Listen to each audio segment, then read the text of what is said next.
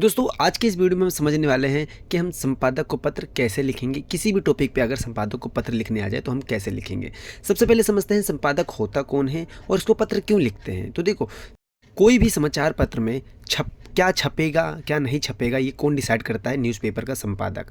हम संपादक को पत्र इसलिए लिखते हैं ताकि हम अपने विचारों को लोगों तक पहुंचा सके, जो न्यूज़पेपर पढ़ता है, और अपनी बात को एक हाईलाइट कर सके। हाईलाइट करने का जरिया होता है, इसलिए हम संपादक को पत्र लिखते हैं। अब हम समझते हैं संपादक को पत्र किसी भी टॉपिक पे आ जाए तो उसको हम लिखेंगे कैसे। जैसे यहाँ पे हम एक टॉपिक लेते हैं, जैसे पेपर में क्वेश्चन आ जाए कि राहुल गुप्ता दिल्ली की ओर से मानसून की पहली वर्षा के बाद दिल्ली की सड़कों की दुर्दशा की ओर ध्यान आकर्षित करते हुए किसी दैनिक समाचार पत्र के संपादक को पत्र लिखो। ये टॉपिक आ गया कि तुम्हारा नाम राहुल है और मानसून वर्षा के कारण दिल्ली में जो वो सड़कें थी वो जगह जगह उसकी दशा ख़राब हो गई है, इसके लिए हमें पत्र लिखना है।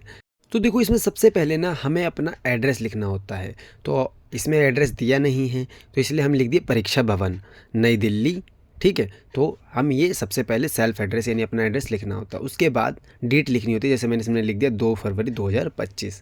ठीक है, उसके बाद अब सेंडर एड्रेस होता है, यानी हम जिसको लिख रहे हैं पत्र उसका एड्रेस लिखना होता है। तो मैं लिखा किसको लिख रहे थे, हम संपादक को लिख रहे थे, तो मिला प्रति संपादक। अब उसके न्यूज़पेपर का नाम, किसके संपादक को, तो मैंने लिख दिया नव भारत टाइम्स। और उसके बाद कहाँ का नव भारत टाइम्स, मीन्स ये पूरे ऑल ओवर इंडिया में चलता है, इसलिए मैंने बता दिया कि कौन सा ब्रांच, बहादुर शाह जफर मार्ग, नई दिल्ली ब्रांच। ठीक है, तो ये मैंने उसका पूरा एड्रेस, पहले अपना एड्रेस लिखा, फिर डेट लिखा, फिर जिसको हम भेज रहे हैं उसका पूरा एड्रेस लिख दिए। तो ये फॉर्मेट था। अब हम आगे बढ़ते हैं।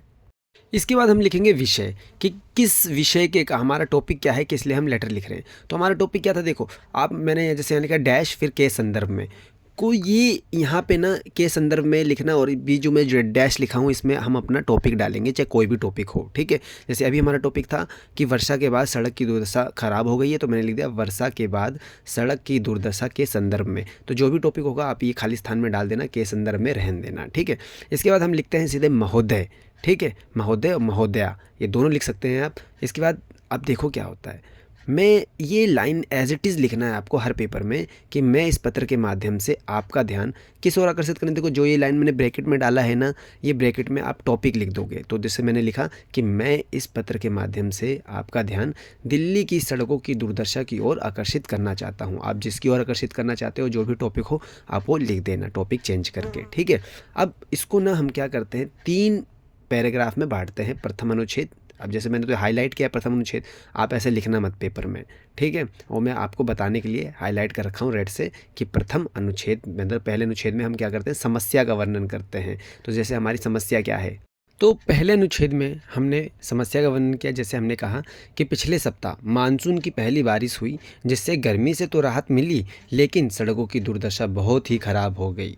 दिल्ली जैसे महत्वपूर्ण शहर में सड़क की दुर्दशा केवल असुविधा ही पैदा नहीं करती, बल्कि किनारों में जमा पानी वहां पर चलने वाले लोगों के लिए और कठिनाई पैदा कर देता है, और पैदल चलने वाले यात्री भी अलग ही परेशान होते हैं। तो ऐसे हमने पहले अनुच्छेद में समस्या का वर्णन किया कि क्या क्या समस्या लोगों को होती है।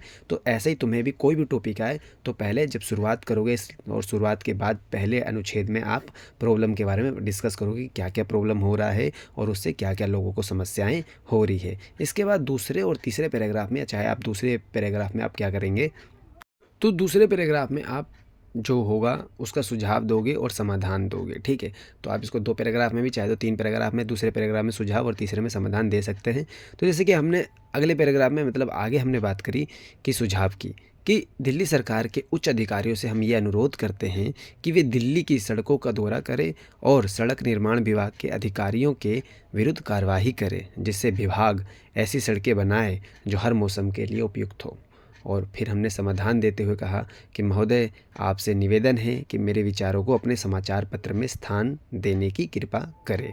फिर हमने आगे धन्यवाद किया भवदीय करके, जो हमारा नाम था क्वेश्चन में राहुल गुप्ता, वो हमने लिख दिया।